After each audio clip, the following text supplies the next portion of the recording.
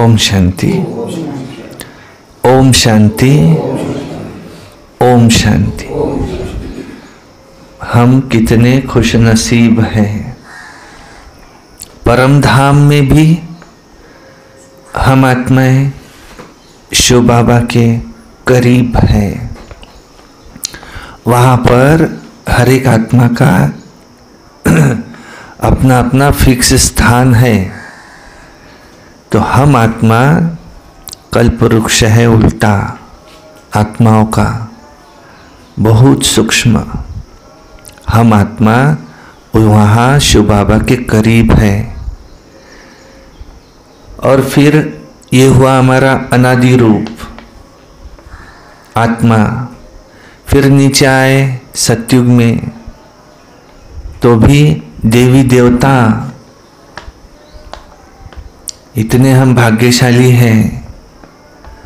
और फिर आए द्वापर में, तो मंदिरों में जिनकी पूजा हो रही है विधिवत, ये तुम्हारे इस समय के कर्मों का वो गायन है, पूजन है, जो उस मंदिर में किसी साधु संत की भी मूर्ति होंगी, लेकिन इतनी विधिवत पूजा ये तुम्हारी होती है, उनकी नहीं होती।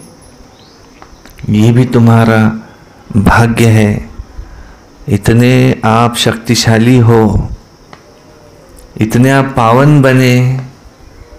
और फिर कलयुग अंत में ये हुआ मध्य, देवी देवता हुआ आदि, और अंत में देखो इस समय स्वयं भगवान रोज पढ़ाई पढ़ाते, रोज श्रीमत देते, बाप बन के पालना करते, टीचर बन के रोज पढ़ाई पढ़ाते, और वायदा किया है सद्गुरु बन के साथ भी ले जाऊंगा। इतने हम भाग्यशाली हैं। तो ये अगर उसको स्मृति रहे तो कितनी याद, कितनी खुशी उसको रहे। ये अगर स्मृति रहे कितनी उसको खुशी रहे, कापारी खुशी। अच्छा सुनते हैं आज बाबा क्या कहते हैं। वाणी है 20/5/2024। बीत रहा है पल, ये पल फिर न आएगा, ये बीत रहा है पल। मीठे बच्चे, तुम बाप से भक्ति का फल लेने आए हो। तुम यहाँ किस लिए आए हो? अपनी भक्ति का फल लेने। जिन्होंने जास्ती भक्ति की होंगी वही ज्ञान में आगे जाएंगे। कभी आना कभी नहीं आना किस बात का सिंबल है?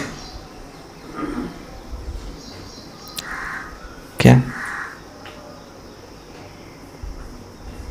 द्वापर से जब भक्ति शुरू हुई तो भक्ति थोड़ी कम पड़ी, पर की थी तब तो आते हैं, पर पूरी भक्ति नहीं हो पाई। और वही कोई ऐसा है जो देखते से ही मुझे भगवान मिला, सब कुछ मिला, मैं दुनिया भूल गया, मुझे कुछ नहीं चाहिए, बाबा आप मिले, आप कहाँ हो? मधुबन। अब मैं मधुबन ही रहूँगा, अब मैं यहाँ से कहाँ जाऊँ? घर वाले कह रहे हैं अगर वहाँ गया तो तुमको जायदाद से बेदखल कर देंगे। अरे तुम क्या बात कर रहे हैं? कौन सी जायदाद? अल्प को मिला अल्लाह, बे को मिली झूठी बादशाही, मिली तार अलिफ की, हुआ रेल का रही। जाओ, ये कौड़िया मुझे नहीं चाहिए, मुझे भगवान मिला।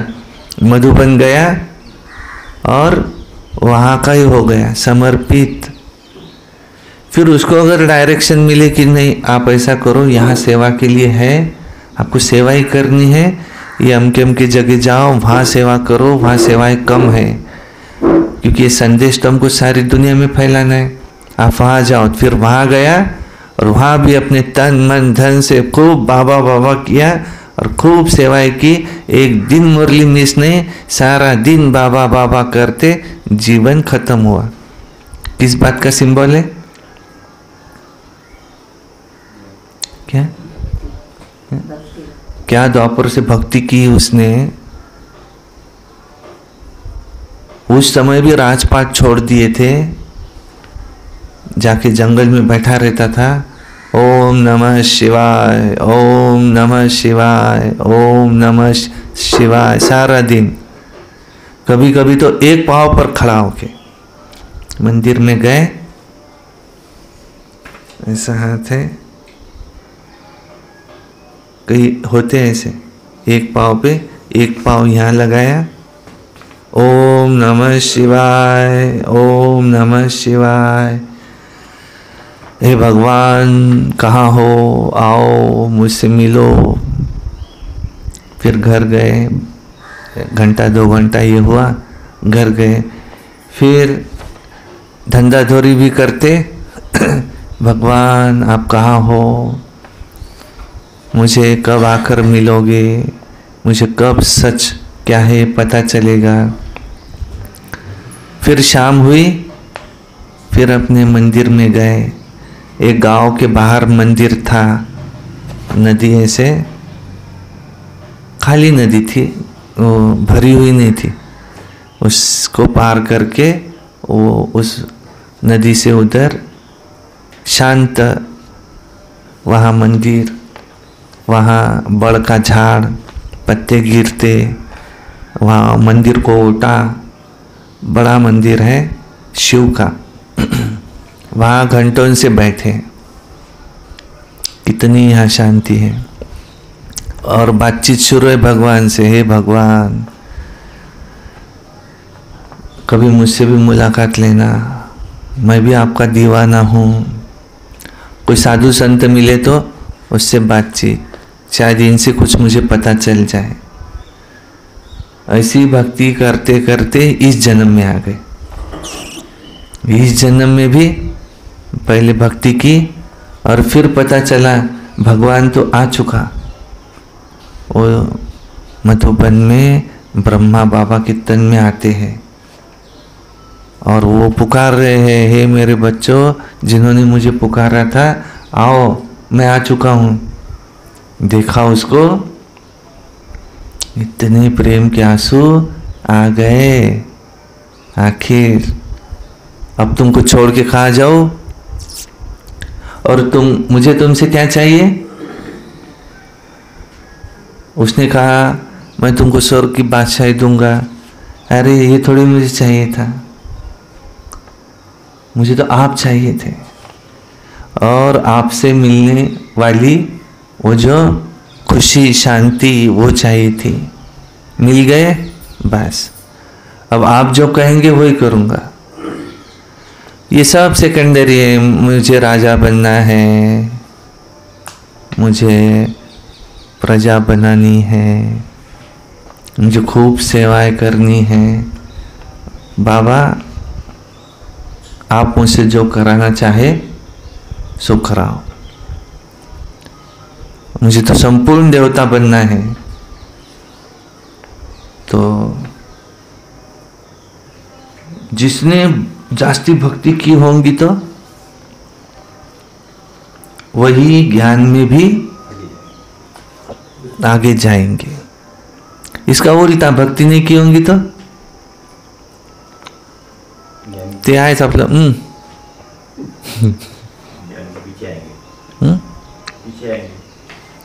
नाही कहो तुम्ही रोज येत नाही मुरली ऐकायला? काहीच नाही त्याच्या समोर.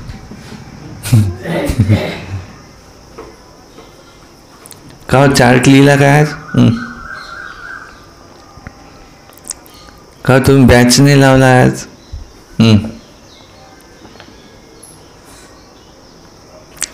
एवढं असते काय? चला बा, आपल्याला कामधंदे आहेत, आमच्या मागं कामधंदे आहेत. चला थोडंफार आम्हाला चांगलं वाटते ते गोष्ट वेगळी, पण म्हणजे काय मग आता एकच धंदा घ्या आम्हाला मुलं बाळं हे ते आमच्या मागं कामधंदे आहेत. चलो मधुबन बाबा से मिलने. अरे बाबा आमच्या मागं कामधंदे आहे.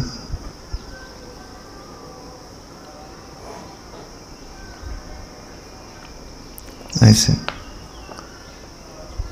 अगर वो कहे मुझे ऐसे लग रहा है भगवान कहाँ है मुझे मिल नहीं रहा, मैं कहाँ हरिद्वार ऋषिकेश कोई ऐसा तीर्थ स्थान वहाँ जाकर आओ क्या जो कुछ मुझे मिले. घरचे म्हणून राहिले राहू दे फालतू काम नको करू, आपल्या मागं कामधंदे आहेत तिकडे, भलत्याच गोष्टी आपला राहिले आपले कामधंदे. ते फरक तर नाही पडला ना डोक्यात. पण याच्या अंदर काय ते समजून राहिलं काय, हे तर चालूच राहणार आहे. पण मला जे मी शोधत आहे ते मला मिळून नाही राहिलं याच्यातून. आणि हे जे तुम्ही म्हणत आहे हे शिका, मोठं काही व्हा, पैसा कमवा, मग जॉब करा, पैसा कमवा. हा पैसा मी कमावून घेईल ही मोठी गोष्ट नाही आहे. पण एक दिवस मरूनच जाईल. पण मी कोण होतो, मी कुठून आलो होतो, माझ्या जीवनाचा उद्देश काय होता हे मी कधी जाणून घेईल मग. आणि तुम्ही माझ्यावर हे बंधन का टाकता. मी एकटा आहे, मी कुठेही जाईल, तुम्ही मला पैसेही नका देऊ. मी रेल्वेत जनरलचं तिकीट काढून जातो, तिथं जे मिळेल ते खातो. पण मला जाणून घ्यायचं आहे, तिथं एखादा कोणी संत असतील, कोणी भेटतील, त्यांना मी विचारेल. हे मला राहू देत, झोप नाही लागत. काय आहे हे, ईश्वर काय आहे, कुठे आहे, मी कोण आहे. तो इतनी जो तड़प थी, भक्ति थी, उसका फल मिला घर बैठे. कहीं नहीं जाओ, घर बैठे भगवान मिला. रोज की पढ़ाई पढ़ो, अब धंधा धोरी भी करो, बस मेरी श्रीमत पर चलो. श्रीमत क्या है, तुमको पावन बनना है. प्रश्न है कलयुगी राजाई में किन दो चीजों की जरूरत रहती है जो सतयुगी राजाई में नहीं होंगी. अच्छा, तो उत्तर है कलयुगी राजाई में एक तो वजीर होता है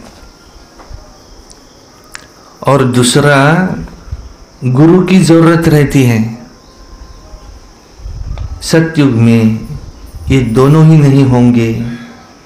वहाँ किसी की राय लेने की जरूरत नहीं, क्योंकि सतयुगी राजाई संगम पर बाप की श्रीमत से स्थापन होती है. ऐसी श्रीमत मिलती है जो 21 पीढ़ी तक चलती है और सब सद्गति में है. इसलिए गुरु की कोई दरकार नहीं है. सतयुग में सब सद्गति में है. गुरु किया जाता है सद्गति करने के लिए. ओम शांति. ओम शांति का अर्थ क्या है. स्वधर्म में बैठो या अपने को आत्मा समझ बैठो तो शांत में बैठेंगे. इसको कहा जाता है स्वधर्म में बैठना. भगवानुवाच स्वधर्म में बैठो. अभी तुम्हें बेहद का बाप बेहद की पढ़ाई पढ़ाते हैं, क्योंकि बेहद का बाप सुख देने वाला है. पढ़ाई से सुख मिलता है ना. अब बाप कहते हैं अपने को आत्मा समझ बैठो. बेहद का बाप आया है तुमको हीरे जैसा बनाने. हीरे जैसे देवी देवता ही होते हैं. वो कब बनते हैं, इतने ऊंच पुरुषोत्तम वो कैसे बने, वो कोई को भी पता नहीं. सिवाय बाप के। प्रजापिता ब्रह्मा के बच्चे तुम ब्राह्मण ठहरे, फिर तुमको देवता बनना है। ब्राह्मणों की होती है चोटी, तुम शूद्र से ब्राह्मण बने हो। तुम प्रजापिता ब्रह्मा के मुख वंशावली हो, कुख वंशावली तो नहीं हो। कलयुगी सब है कुख वंशावली। साधु संत ऋषि मुनि आदि सब द्वापर से लेकर कुख वंशावली बने। अभी सिर्फ तुम प्रजापिता ब्रह्मा कुमारिया ये मुख की पैदाइश, मुख वंशावली बने हो। ये तुम्हारा है सर्वोत्तम कुल, देवताओं से भी उत्तम।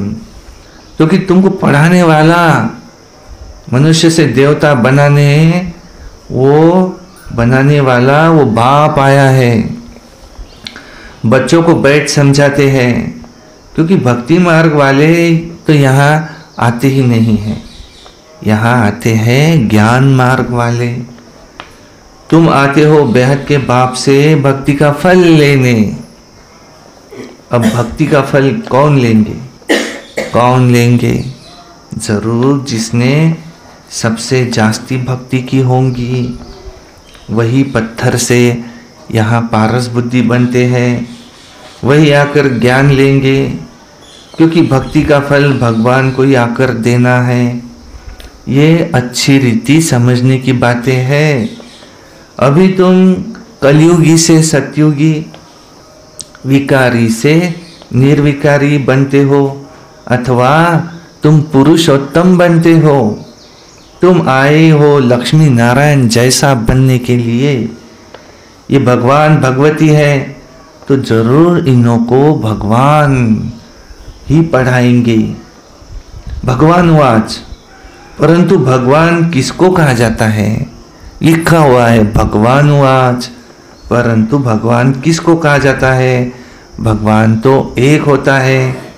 भगवान कोई सैकड़ों हजारों तो नहीं होते हैं, मिट्टी पत्थर में तो नहीं होते हैं। बाप को न जानने के कारण देखो ये भारत कितना कंगाल बन पड़ा है। अब बच्चे जानते हैं कि इस भारत में इनकी माना लक्ष्मी नारायण की राजधानी थी। इन्हों के बाल बच्चे आदि जो भी थे इस राजधानी के मालिक थे, और तुम यहाँ आए ही हो उस राजधानी के मालिक बनने के लिए। ये अभी तो नहीं है, भारत में इन्हों का राज्य था। किसका? लक्ष्मी नारायण का। बच्चों को समझाया जाता है जब इन देवी देवताओं की राजधानी थी, सूर्यवंशी और चंद्रवंशी थे, तब और कोई धर्म नहीं था। इस समय फिर और सब धर्म है। ये धर्म है नहीं देवी देवता। ये जो फाउंडेशन है जिसको थुर कहा जाता है, इस समय मनुष्य सृष्टि रूपी झाड़ का थुर सारा सड़ गया है। बाकी सब खड़े हैं, बाकी सब धर्म है, परंतु जो इसका थुर है, जिसको कहेंगे आदि सनातन देवी देवता धर्म, वो है नहीं, वो सड़ गया है। अब उन सब की आयु पूरी होती है। ये मनुष्य सृष्टि रूपी वैरायटी झाड़ है, भिन्न नाम रूप देश काल अनेकानेक है ना, तो कितना बड़ा झाड़ है। बाप समझाते हैं कल्प कल्प ये झाड़ जड़ीभूत तमो प्रधान हो जाता है, फिर मैं आता हूँ। तुम मुझे पुकारते हो बाबा आओ, हम पतितों को आकर पावन बनाओ, हे पतित पावन कहते ना, तो निराकार बाप ही याद आता है। साकारी तो कभी याद नहीं आएगा।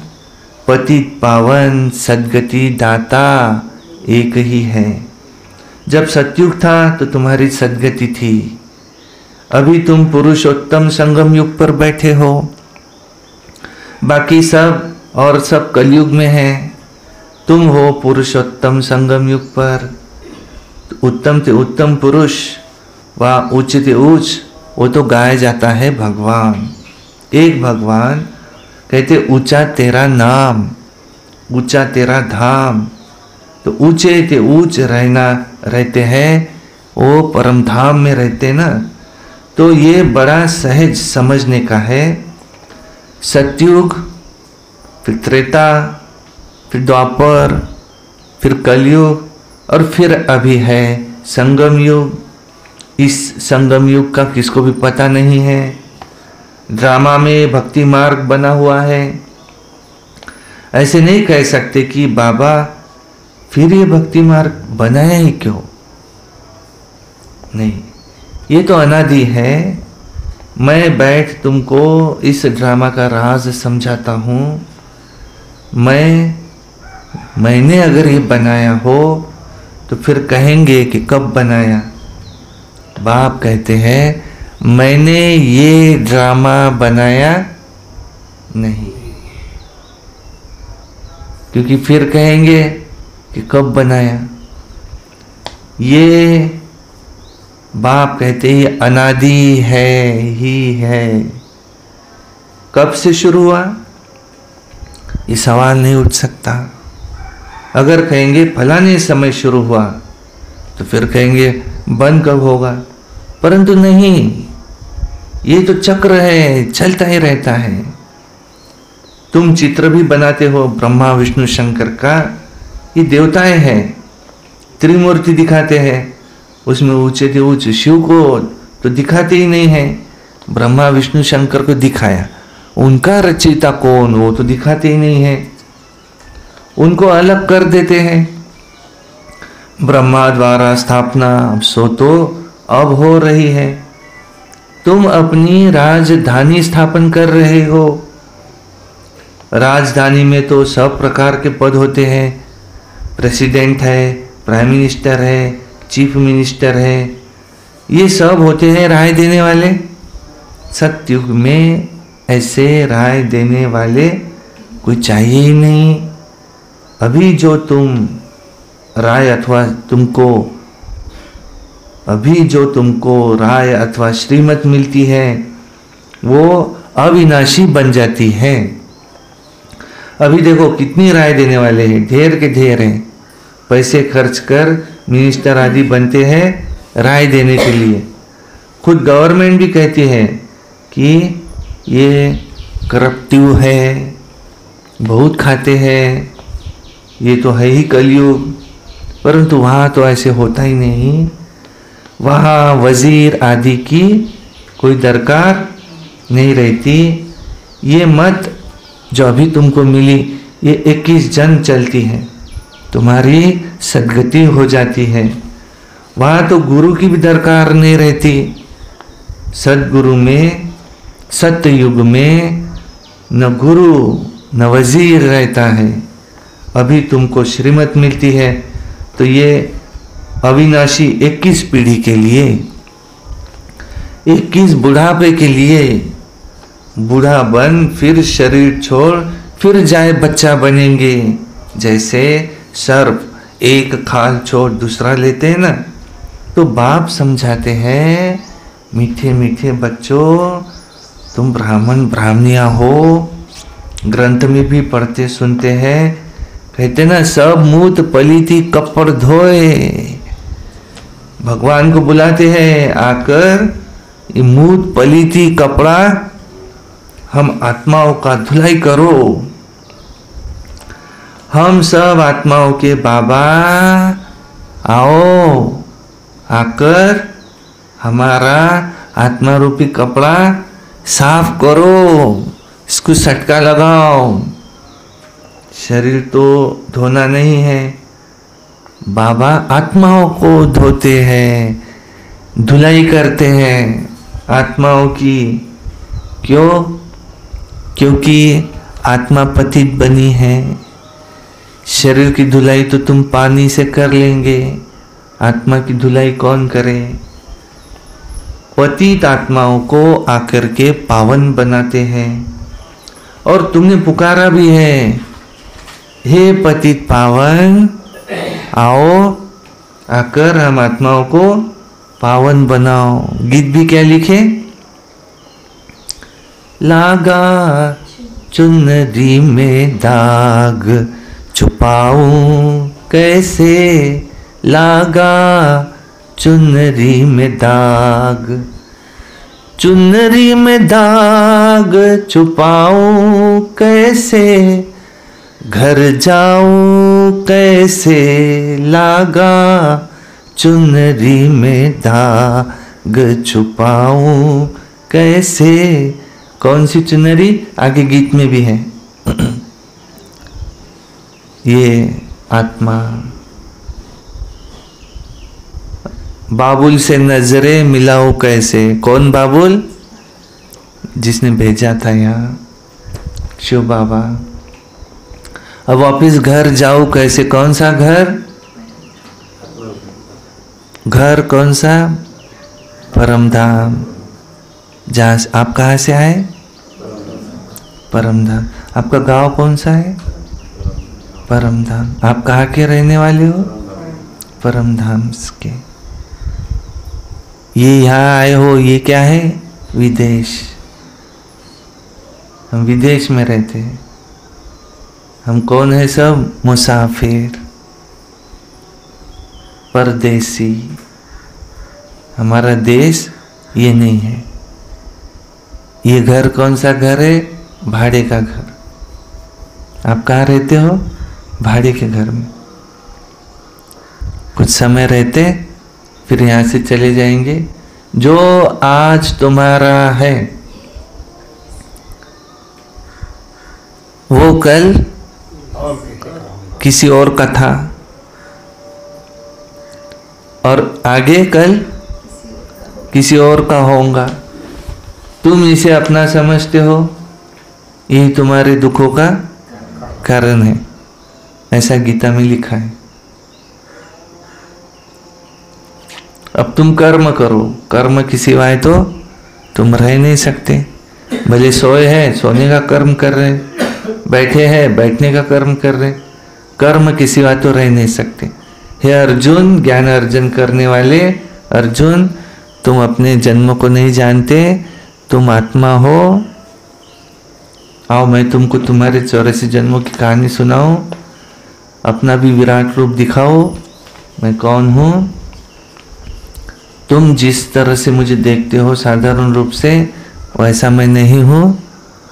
और तुम सिर्फ कर्म करो, परंतु कर्म करते समय तुम फल की इच्छा नहीं करो कि ऐसा ही हो वैसा ही हो। ये भी तुम्हारे दुखों का कारण बनेगा। तुम फल की इच्छा नहीं करो, पर तुम कर्म करते रहो, बस। तुम्हारा धर्म है क्या? कर्म करना। कर्म के बिना तो आत्मा जब शरीर में है तो तुम जीव आत्मा हो, तो तुम कर्म के बिना नहीं रह सकते। अब तुम क्या करो? तुम अपने को आत्मा समझो, अब फिर कर्म करो, और उस कर्म के बंधन में नहीं आओ। निर्बंधन बनो, कर्मातीत बनो। ऐसा ही होना चाहिए। यही तुम्हारे दुखों का कारण है। ये मेरे साथ ऐसा क्यों रहता है? ऐसा ही होना चाहिए, यही तुम्हारे दुखों का कारण है। इसके साथ ऐसा ही होना चाहिए, वैसा क्यों नहीं होता है? यही तुम्हारे दुखों का कारण है। तुम सर्व के लिए शुभ भावनाएं दो, शुभकामनाएं दो। तुम्हारा एक ही काम है, चाहे तुम्हें कोई कुछ भी दे, लेकिन तुम उसको शुभ भावना दो, शुभकामना दो, ये करो। आज मेरे साथ ऐसा क्यों हुआ? इसका रीजन क्या बताते? ज्ञान क्या बताता है बाबा का? मेरे साथ ऐसा क्यों हुआ? मुझे इसने धोखा क्यों दिया? ज्ञान क्या बताता है? किसी जन्म में अनजाने में सही, पर मुझसे उसको धोखा मिल गया था। तुम कौन थे? राजा। हाँ? और तुमने राज्य को बढ़ाने के लिए किसी और राज्य पर आक्रमण किया। हाँ, द्वापर के बाद तो ये शुरू हुआ। अब क्या हुआ? सामने वाले राज्य के सैनिक मरे, तुम्हारे भी सैनिक कुछ तो मरे ही होंगे, एक दो तो मरे ही होंगे, बहुत मरते थे। जब युद्ध होता था ना तो बहुत मरते थे। अब उस घटना में क्या हुआ कि कोई स्त्री थी और उसका पति भी उस युद्ध में गया, उसका बच्चा, उसको मोह था उसमें, वो भी उस युद्ध में मारा गया और अब ये अकेली है। और जो सामने वाले राज्य के कुछ लोग थे, 10-15 लोगों ने मिलकर के उस पर बलात्कार भी कर डाले। ऐसा हुआ और बहुत हानि हुई। और वो राजा वो राज्य जीत गया जिसने युद्ध किया था ना। अब वो तो खुश है, वाह मेरा राज्य बढ़ गया। वो क्या समझ रहा है, मैं तरक्की की ओर जा रहा हूं। ऐसा हुआ। लेकिन वो जो स्त्री थी जिसकी मांग पूछी हुई है, तिलक नहीं है, बाल बिखरे हुए हैं और क्या उसकी हालत है, वो किसको पुकार रही है? हे भगवान, मेरी क्या गलती? ये किसके वजह से हुआ? न ये राजा आक्रमण करता, न मेरे साथ ऐसा होता, क्योंकि हम राजा तो थे ना। हम राजयोग लगा रहे हैं तो हर कोई एक जन्म में कम से कम राजा तो था ही। हे भगवान, इस सब का दोषी कौन है? जो मेरे साथ हुआ इसका दोषी कौन है? ये राजा। मैं कैसे भूलूं? अब कैसे जीऊं? हे भगवान, इससे तो मुझे मौत दे दे, मुझे ये जीवन अब नहीं चाहिए। नर्क हो गया है ये जीवन। और ये किसको पता ही नहीं? उस राजा को पता ही नहीं कि कोई मेरे लिए इतनी बद्दुआएं दे रहा है। दिखाया है वो सम्राट अशोक जब युद्ध जीत गए, वो उस युद्ध के मैदान में गए, लाशें वहाँ, औरतें रो रही है, इतना दिल छन्नी छन्नी हुआ। सब उस राजा को गालियां दे रही है। उसने कहा इस कीमत पर मैं सारे विश्व का राजा बनूं, इस कीमत पर। इतना वैराग्य आ गया कि राजपाट छोड़ के वो कौन सा बौद्ध धर्म स्वीकार लिया और चले गए। बस मुझे शांति चाहिए, बस। अब इतने लोगों की हत्या हुई, उसके ऊपर कितना बड़ा बोझ, आत्मा को शांति मिलेगी कैसे? वो सोने के महल में भी है, उसको नींद नहीं आ रही, इधर से उधर, उधर से इधर। हे भगवान, हे भगवान, क्यों ऐसा हो रहा है मेरे साथ? उसको समझ में नहीं आ रहा। सब कुछ है, बीवी है, बच्चे हैं, मेरा तो सब कुछ है, पर उनकी जो बद्दुआएं है वो इसको सोने देगी क्या? नहीं। तो इसलिए आज मेरे साथ दिख रहा है, इसने मेरे साथ ऐसा क्यों किया? अब वो कौन है? वो वही स्त्री है जो कहती थी ये राजा के साथ तो मैं धोखा करूंगी, पर नहीं कर सकती क्योंकि वो राजा है, मैं तो मिल भी नहीं सकती। अब आई है इस जन्म में, और वो सब आएंगे जो जो चिल्ला रहे थे ना, सब आएंगे। कहता है कि दुनिया काही चांगली नाही आहे, जो तो मला धोखा देते, दुनिया अच्छी नहीं है। जो आया ना उसने मुझे धोखा ही दिया। क्यों? क्योंकि तूने इतनों को धोखे दिए थे, और वो आए बदला लेने के लिए, आएंगे। कर्म का की गुह्य गति है। ये ड्रामा कैसा है? बाबा कह रहे मैंने नहीं बनाया, मैंने नहीं बनाया सबसे पहले तो, इसलिए मुझे दोष मत देना। और दूसरा, अंत में जब देखेंगे तो समझ में आएगा ड्रामा कैसे है। निर्दोष, निर्दोष। उसने ऐसे क्यों कहा? त्रिकालदर्शी होकर के देखो, मैंने ऐसे कहा था उसको, इसलिए उसने अब मुझे ऐसे कहा। बस ड्रामा कैसा है? निर्दोष, कल्याणकारी। तुम क्या करो? सबको उसको बोलो, हे आत्मा, उस समय मैं अनजान था, मैंने युद्ध किया, ये सोचा ही नहीं कि तुम्हारे साथ क्या होगा, मुझसे गलती हो गई थी, आज तुम मुझे माफ करो। शिव बाबा को भी सामने लाओ सूक्ष्म लोक में, ब्रह्मा बाबा के तन में, सारे ये रथी महारथी जो है धर्मराजपुरी में, अष्टरत्न, इन्हों को सामने लाओ और उसको, उस आत्मा को सामने लाओ और माफी मांगो उससे, सबके सामने धर्मराजपुरी में, मैं तुमसे माफी मांगती या मांगता। वो हिसाब नील करो अब, बस अब मुझे आगे बढ़ना है तो हिसाब नील होगा। दो आंखों से देख रहे तो कौन गलत दिख रहा है? ये गलत दिख रहा है, इसने इसको धोखा दिया। तो शरीर तो नहीं धोना है बाबा को, आत्माओं को धोना है, क्योंकि आत्मा ही पतित बनी है। पतित आत्माओं को आकर पावन बनाओ, तुमने ही कहा था। तो बाप बच्चों को समझाते हैं, मीठे मीठे बच्चों, मुझे तो आना ही पड़ता है, मैं ही ज्ञान का सागर हूं, मैं ही पवित्रता का सागर हूं।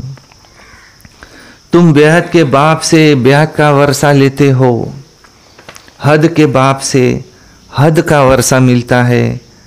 हद के वर्षे में दुख बहुत है, इसलिए बाप को याद करते हैं। अथाह दुख है। बाप ने कहा है कि ये 5 विकारों रूपी रावण, ये तुम्हारा सबसे बड़ा दुश्मन है, यही आदि मध्य अंत तुमको दुख देता है। तो हे मीठे बच्चों, अगर इस जन्म में ब्राह्मण बनकर क्या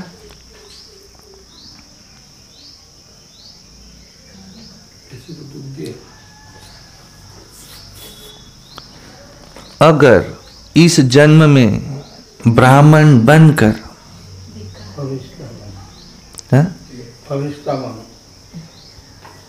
काम चिता पर चढ़े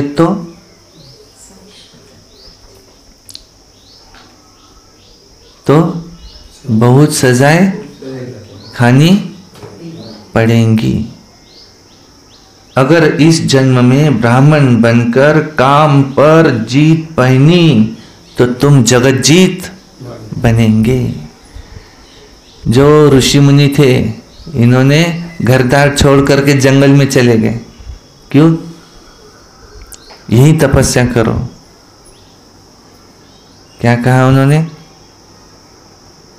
यहां तो आग का पूस इकट्ठा रहे, हो ही नहीं सकता,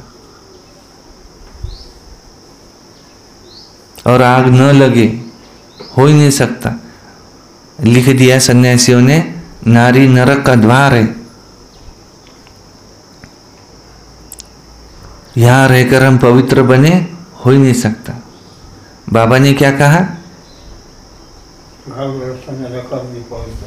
दोनों इकट्ठा रहो।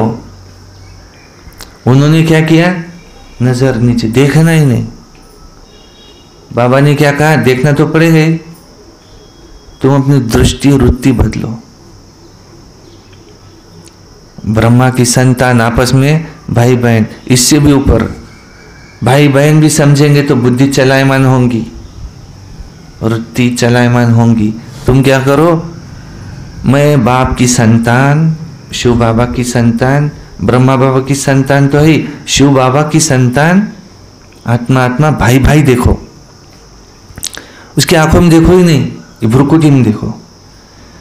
सांप देखेंगे तो डसेगा, तुम उसके मस्तक में जो मणि है वो मणि को देखो, ये आत्मा है, ऐसे देखो और इसकी प्रैक्टिस करो। ये भी आत्मा, ये भी आत्मा, ये भी आत्मा, मैं भी आत्मा, हम सब भाई भाई एक परमात्मा की संतान। और परम पिता शिव परमात्मा सागर, सर्व इसमें सागर, मुझे उससे काम है। यहां अब किसी से कोई संबंध नहीं जोड़ो।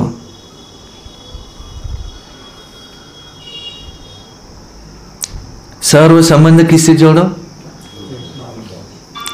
एक बाबा से।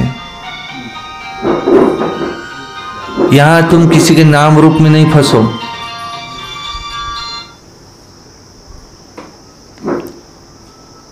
भक्ति मार्ग में कहा त्वमेव माता पिता, त्वमेव बंधु सखा, त्वमेव सर्व मम देव देव, वैसे ही करो। चार बातें बाबा से जोड़ो। तन किसका? शिव बाबा का। इस तन में 5 कर्मेंद्रियां भी आ गई। दूसरा, मन किसका? शिव बाबा का। मन मना भव, मन मुझ में लगाओ, एक मुझे ही याद करो। धन किसका? सिर्फ शिव बाबा पर ही खर्च करेंगे, उनकी सेवाओं पर खर्च करेंगे क्योंकि उसने दिया है। तो बाबा कहते कई पट से बढ़ जाएगा वो। धन किसका? शिव बाबा का। और चौथा जन, माना सर्व संबंध मेरे किससे? एक बाबा से। दुनिया में कैसे रहो? न्यारे प्यारे, न भूलो न बिसरो, न कोई मेरा दुश्मन न कोई मेरा घनिष्ठ दोस्त। मेरा यहाँ किसी से कोई लेन देन नहीं। अंत के समय कौन याद आएगा? कौन याद आएगा? जिससे बहुत प्रेम था। और दूसरा कौन याद आएगा? जिससे बहुत दुश्मनी थी कि उसका तो मुझे चेहरा भी नहीं देखना है। रह गया बाबा। इसलिए न भूलो न बिसरो, न किसी को से एकदम भूल जाओ, मेरा तेरे से कोई लेना देना ही नहीं, और न किसी को बहुत ही याद करो। इसलिए कहते न्यारे सर्व के प्यारे। ये न्यारे भी है, सबको प्यारे भी लगते हैं। तो ब्राह्मण बनकर काम पर जीत पहनी तो तुम जगत जीत बन सकते हो। तुम पवित्रता धारण करते हो देवता बनने के लिए। तुम आए हो आदि सनातन देवी देवता धर्म की स्थापना करने। यह है पुरुषोत्तम संगम युग। इसमें तुम्हें पुरुषार्थ कर पावन बनना है। कल्प पहले जितने पावन बने थे सूर्यवंशी चंद्रवंशी घराने के, वो जरूर अभी बनेंगे। टाइम तो लगता है ना। बाप युक्ति बहुत सहज बताते हैं। अब बाप के बच्चे तो बने हो, यहां तुम किसके पास आए हो? वो तो है निराकार। उसने इस शरीर का लोन लिया है। वो खुद ये बताते हैं, यह है बहुत जन्मों के अंत के भी अंत का जन्म ब्रह्मा बाबा का और हमारा भी सबका। तो इनके तन में आए हैं। तो यह हुआ सबसे जास्ती पुराना तन ब्रह्मा बाबा का, और मैं आता ही हूँ पुरानी रावण की आसुरी दुनिया में, और फिर उनके शरीर में आता हूँ जो अपने जन्मों को नहीं जानते हैं। यह है बहुत जन्मों के अंत का जन्म, जबकि इनकी वानप्रस्थ अवस्था है 60 वर्ष के ऊपर की अवस्था। कौन सी? वानप्रस्थ अवस्था। इसमें भी मेजॉरिटी 60 वर्ष के ऊपर है। तो सबकी कौन सी अवस्था है अभी? और बाबा कहते अभी तो छोटे हो चाहे बड़े हो, 12 वर्ष रहे हैं, सबकी वानप्रस्थ अवस्था है। तो जब इनकी वानप्रस्थ अवस्था होती है तब इनमें मैं प्रवेश करता हूँ। गुरु भी हमेशा वानप्रस्थ अवस्था में किया जाता है। कहते हैं ना 60 तो लगी लाठ। घर में रहेंगे तो बच्चों की लाठ लगेंगी, इसलिए भागो घर से। कि बच्चे ऐसे होते हैं जो बाप को लाठी मारने में भी आजकल के देरी नहीं करते हैं। कहेंगे ये मरे तो इनका धन हमको मिले। वानप्रस्थियों के बहुत सत्संग होते हैं। अब तुम जानते हो सर्व का सद्गति दाता वो तो एक बाप ही है, वो एक है। वो संगम युग पर ही आते हैं। सतयुग में जब तुम सद्गति पाते हो तो बाकी सब शांति धाम में रहते हैं। इसको कहा जाता है सर्व की सद्गति। बाप के सिवाय और तो कोई भी सद्गति दाता हो नहीं सकता। न किसको श्री कह सकते हैं, न किसको श्री श्री कह सकते हैं, क्योंकि श्री अर्थात श्रेष्ठ, और श्रेष्ठ तो होते हैं देवताएं। श्री लक्ष्मी, श्री नारायण उनको कहा जाता है। उन्हों को बनाने वाला फिर कौन? वो श्री श्री शिव बाबा को कहना चाहिए।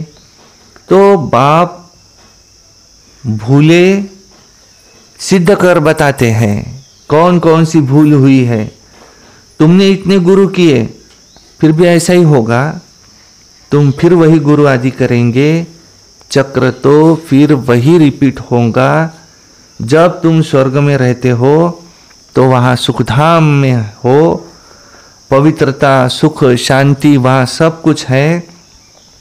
वहाँ झगड़ा आदि होता नहीं है। बाकी इतने सब शांति धाम में चले जाते हैं।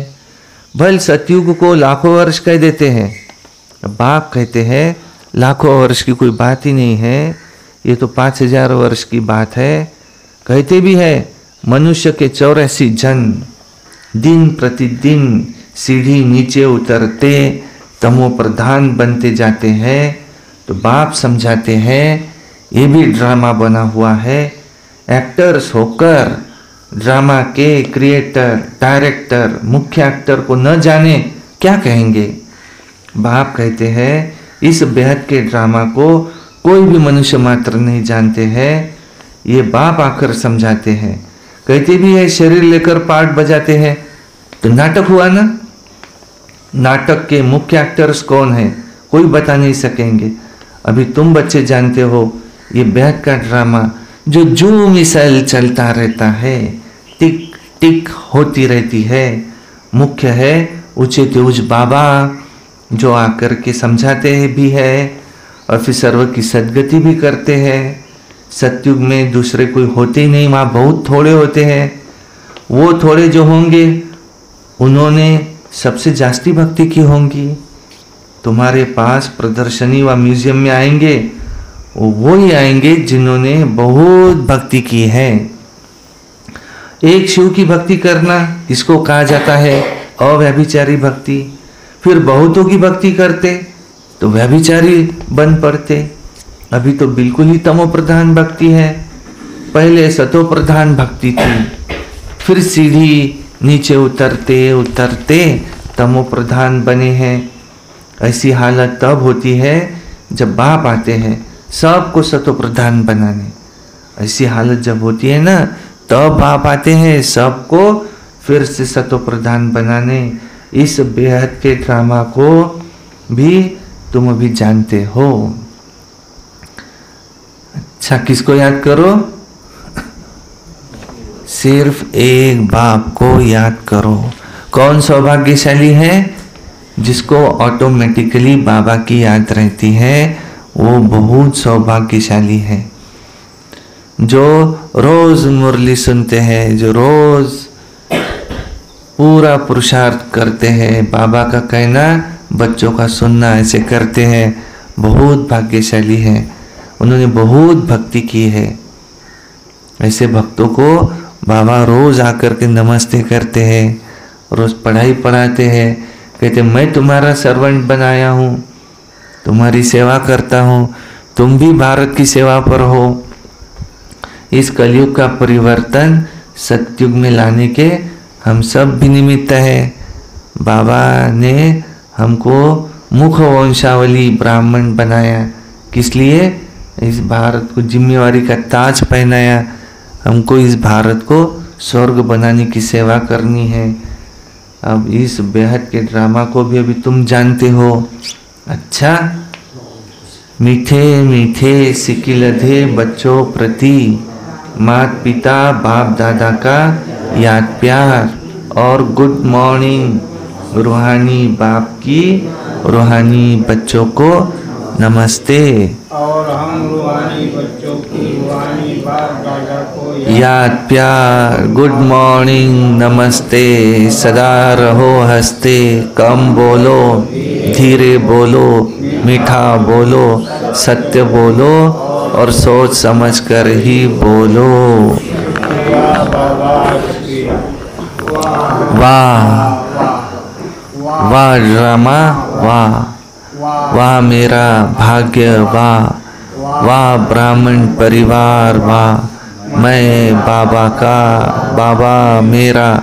योगी बनो, पवित्र बनो, रोज अमृत वेला,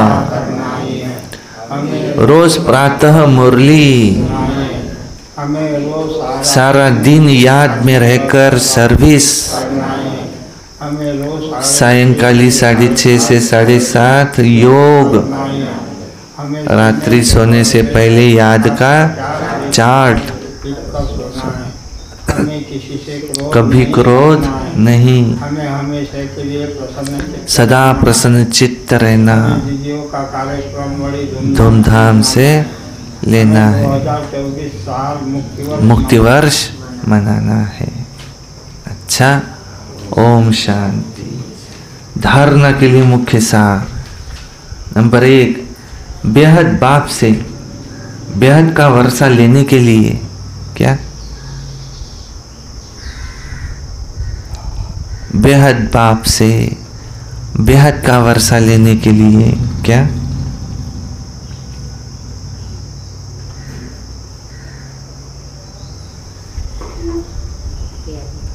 पावन जरूर बनना है। जब अभी पवित्रता का वर्षा लो, अर्थात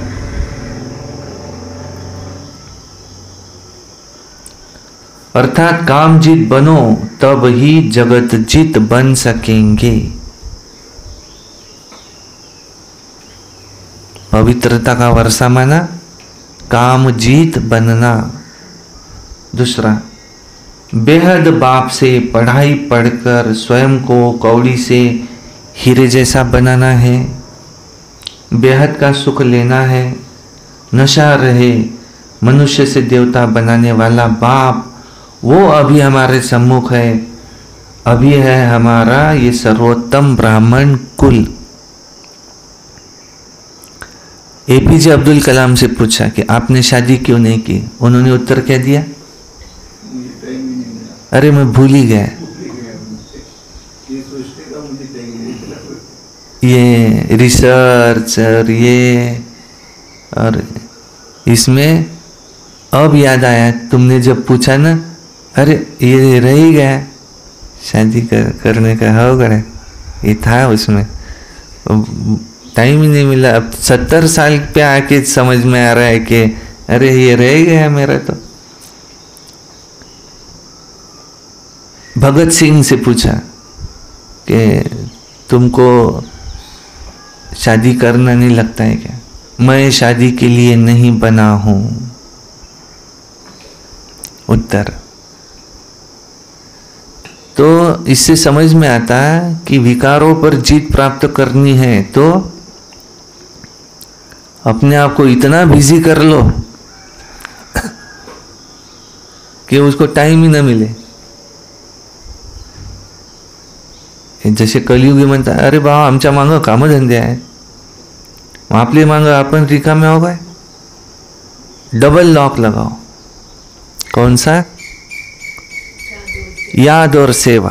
बाबा कहते हैं इतना याद में बिजी रहो कि उसको समय ही नहीं है। और सेवा, याद और सेवा। अभी दीदियों का कार्यक्रम क्या है? ये सेवा। इससे गांव में के भी 200 300 100 200 जो लोग आएंगे वो भी देखेंगे। चलो उतना ही। और बॉम्ब स्फोट होता थोड़ा, शिवरात्रि पे एक बॉम्ब छोड़ा तो कईयों को पता चला। ये प्रोग्राम भी क्या है? एक बॉम्ब स्फोट हो जाता कि है यहाँ कुछ चल रहा है, लोगों को पता चल जाता। अंत के समय में ये तो नहीं कहेंगे ना भगवान कब आया हमको पता ही नहीं। अरे तुम तो वहाँ आए थे, पूरा प्रोग्राम सुना, इस शिव बाबा से इनकी शादी हुई, ये देखा, ये कौन है ब्रह्मा कुमारी है, थोड़ा पूछना तो था। कहेंगे हाँ हमारी गलती है, ये हमारी सेवा है। तो याद और सेवा का डबल लॉक लगाओ तो माया आएंगी नहीं। वरदान है ज्ञान संपन्न दाता बन, सर्व आत्माओं के प्रति शुभ चिंतक बनने वाले श्रेष्ठ सेवाधारी भव। वरदान के पहले क्या रहता? विधि। सर्व के लिए शुभ चिंतक कब बन सकते? क्या हम कब बन सकते? ये विधि सुनाई उसकी। सर्व के लिए शुभ चिंतक कब बन सकते?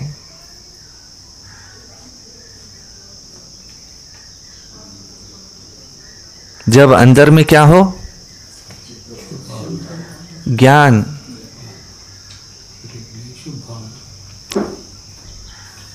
शुभ चिंतक नहीं तो ज्ञान नहीं, कर्मों की गुह्य गति का ज्ञान नहीं, बाबा क्या कहता उसका पूरा ज्ञान नहीं। वही कह रहे ज्ञान संपन्न दाता बन, सर्व आत्माओं के प्रति शुभ चिंतक बनने वाले श्रेष्ठ सेवाधारी भव। मैं किसी के भी लिए शुभ चिंतक बन जाऊं, लेकिन उसके लिए कैसे बनूं? कोई समझो हो वो हर एक का अपना अपना कोई होगा। उसके लिए तो मैं शुभ चिंतक बन ही नहीं सकता। उसने मेरे साथ में क्या किया तुमको क्या पता? नहीं, अभी भी उसको पूरा ज्ञान नहीं है। तुमने किसी जन्म में उसके साथ इससे जास्ती धोखा दिया था, वो तो कम दे रहा है। ऐसा है। ज्ञान संपन्न दाता बन, सर्व आत्माओं के प्रति शुभ चिंतक बनने वाले श्रेष्ठ सेवाधारी भव। शुभ चिंतक बनने का विशेष आधार शुभ चिंतन है।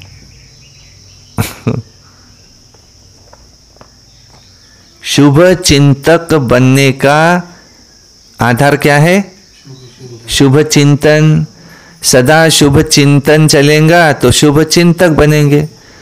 सदा अशुभ चिंतन चलता तो कोई के शुभ चिंतक कैसे बन सकेंगे? शुभ चिंतक बनने का विशेष आधार शुभ चिंतन है। जो व्यर्थ चिंतन व पर चिंतन करते हैं वह शुभ चिंतक नहीं बन सकते। शुभ चिंतक मणियों के पास शुभ चिंतन का शक्तिशाली खजाना सदा भरपूर होगा। आप कौन हो सब? कौन हो? शुभ चिंतक मणिया। शुभ चिंतक मणियों के पास शुभ चिंतन का शक्तिशाली खजाना सदा भरपूर होगा। भरपूरता के साथ ही, भरपूरता के कारण ही औरों के प्रति शुभ चिंतक बन सकते हैं। भरपूरता के कारण ही औरों के प्रति शुभ चिंतक बन सकते हैं। शुभ चिंतक अर्थात सर्व ज्ञान रत्नों से भरपूर, ऐसे ज्ञान संपन्न दाता ही चलते फिरते हर एक की सेवा करते श्रेष्ठ सेवाधारी बन जाते हैं। स्लोगन, विश्व राज्य अधिकारी बनना है तो अच्छा स्वराज्य अधिकारी बनो, यहां अलग है। विश्व राज्य अधिकारी बनना है तो विश्व परिवर्तन के कार्य में निमित्त बनो। क्या कहते, जो ओटे सो अर्जुन। कौन ये सेवा करेगा? जो ओटे सो अर्जुन, मैं करके दिखाऊंगा, उसको कहते अर्जुन। और जो वहां से भागे वो कौन ये सेवा करेगा? उसको क्या कहेंगे?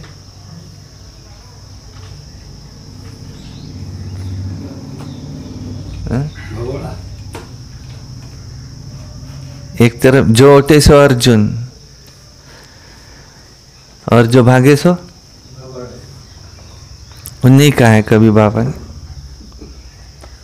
विश्व राज्य अधिकारी बनना है तो विश्व परिवर्तन के कार्य में निमित्त बनो। अच्छा, ओम शांति शांति शांति।